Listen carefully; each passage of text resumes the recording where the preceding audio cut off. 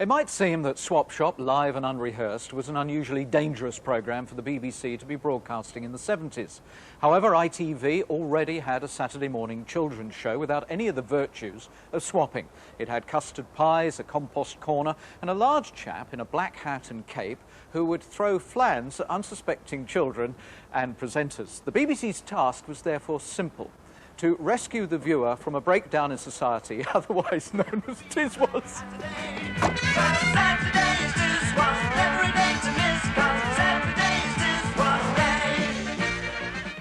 The whole rule was nothing must last more than 3 minutes, you know, and after 3 minutes, zap on to the next thing because people's boredom level, obviously Chris used to think that the boredom level of everyone ran out after 3 minutes. There was one particular week when Chris was in a particularly ghastly mood, and he said to me, "I don't think you get enough custard pies. I think we really ought to give you a lot of custard pies one week." So he said, "I'm going to run through the mail and see if I can find people requesting you getting gunge." And I think he made all of the letters up. Last week, Chris had a lot of spaghetti poured over him. I love things like that, but it would please me much more if Sally J. Well, I think we can arrange that. That shouldn't be any problem. And I think it was the worst combination that anyone on Tiswas ever received. Nigel Baverstock of Liverpool says, "I'd like to see Sally with a whole bucket of semolina thrown at her from close range." Well, I think we can manage that without any problem at all. Great. It was much more anarchic, and they had people being bombarded by guns and all that. They were the first people to do that, which we were a bit snooty about in a way. We thought that we were doing our thing, they were doing theirs, and I think they had their own, we all had our own following. I mean, I think we were fun, and Swap Shop was a little bit educational. It was very tame by comparison. You are our collectors of this week. And what a marvellous collection. Who's going to tell me about it first? How did it come about? Well, I do remember receiving a lot of unusual gifts. Were you ever... Were you ever sent anything unusual? Well, no, but I was normally the butt of many of your jokes and gifts. Just I was. No. You'd try things out on me, live on TV. Now, the idea is you get a good load in your mouth, on your tongue, and then let us have a listen. Am I insured for this? And then let us have a listen, because we ought to be able to hear something, right? Up there. Don't actually do anything with it, you just let us have a listen. Open your mouth. It does look awful, doesn't it? Thank you. We tried it on a pigeon and it died, but... do you not remember the constant dialogue about your hair? I'd like to see your face as you read it. All right. Could you please tell me if it's true that John Craven wears a hairpiece, as I've heard... as I've heard many rumours about it? Yes, yes, and the fact that I look like Mr. Spock. Yes. Ah, Mr. Speck, what kept you? What seems to be the problem, Captain? Why this display of emotion? The problem is... We are heading out of control towards a previously unknown planet, and unless checked, the total destruction of our team is inevitable, and Grandstand will just have to start earlier.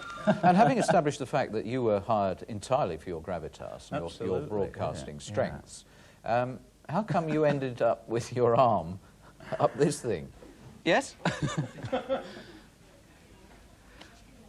Can we... Oh, excuse me. It's for you.